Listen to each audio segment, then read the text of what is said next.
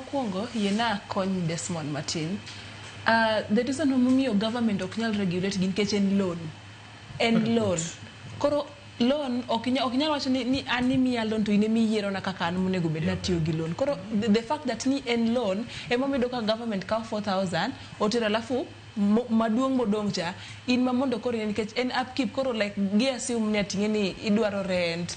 Koro jok manyalo kawo mede chulo school fee medego. Ne awanyalo wacho ni thoth jok ma misuse HELB gin kaka jok ma luongo HELB ni salary. Yeah, very good. Magi jok ma tiyo nikech en ing'eno mor. Ing'eni salary kinatimo ting'eni mae en ing'eni ng'at ma onge go to one ma oseneno ni nego iluonge nang'o mahola momiya. Mano ma gowi. Ing'eni gowi ok en gi Itugo kwa shares. Mani ing'eni gowi. Koro in kisebukori iluongo HELB ni salary. Onge kaka idhi tiyo gi HELB no. I'm 100% sure kata koko wacho ni okotiga gi HELB because the moment me say miye nying ni ma en salary definitely okodhi tiyo kode maber. Alafu gimoro duwe wacho kama sani endi osewacho ni ati HELB onge. Student leaders oling thi kata wuoyo ok giwuo girito duogo mondo students odhi oyiergi kendo kuchocho. To mae gima dwa kono ng'ata ma en student leader ma in pod iling ne wach HELB. Ineno kaka iling no ling kendo kata kura kikibi kwa students nikech students be yier ni mondo at least issues gi bed aired out.